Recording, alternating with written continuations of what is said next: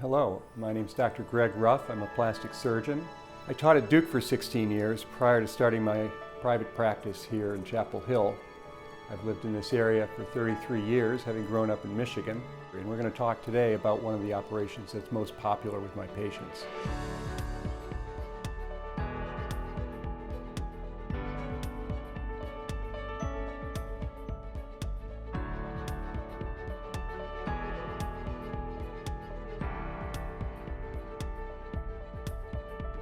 The reason the standard face and neck lift has an incision from the front of the ear back into the scalp is because the direction of lift is generally parallel with the jawline. So the cheek is tightened by removing skin in front of the ear, and the neck is tightened by removing skin behind the ear.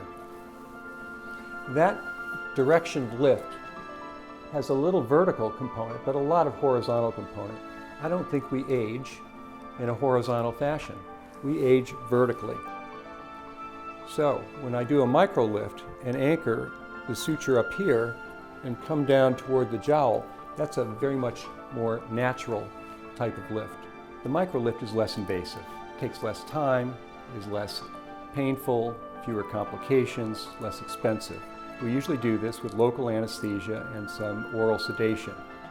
When I do a microlift and lift the skin up in front of the ear, the skin is still attached down near the mouth, in the jowl area, the nasolabial fold, neck. And so the barb suture is placed up in the temple, under the skin, and exits down in the jowl area. And then hold the sutures again and slide everything up. So the skin can be made every bit as tight as a facelift without the invasiveness, without the cost and the time involved. Now, microlifts are also done in a different way by other surgeons. They don't use the barb suture like I do.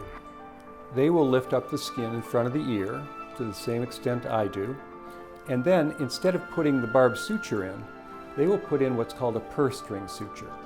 That's anchored up near the temple here, usually right at the base of the ear, and then it comes down in a teardrop shape and back up again.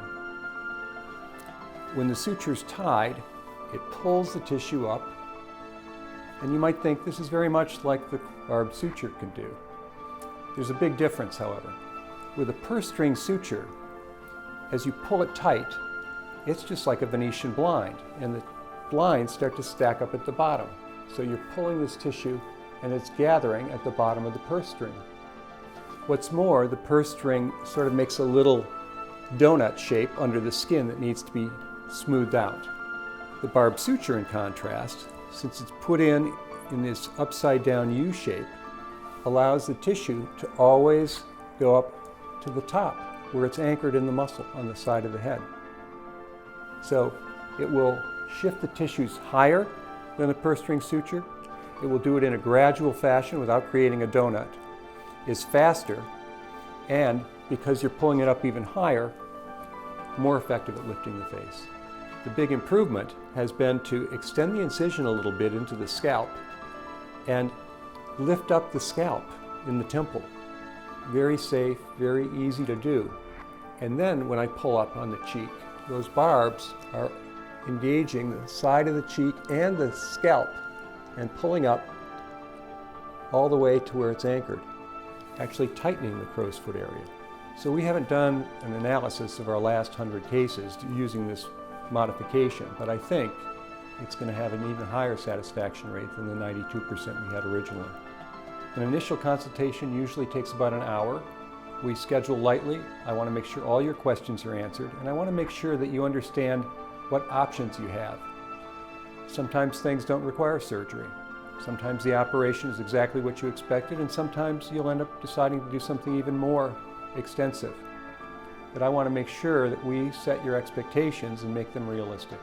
So if you'd like to pursue rejuvenation of your face, reverse those aging changes that have accumulated over the years, contact our office, either by phone or on our website, greggruffmd.com.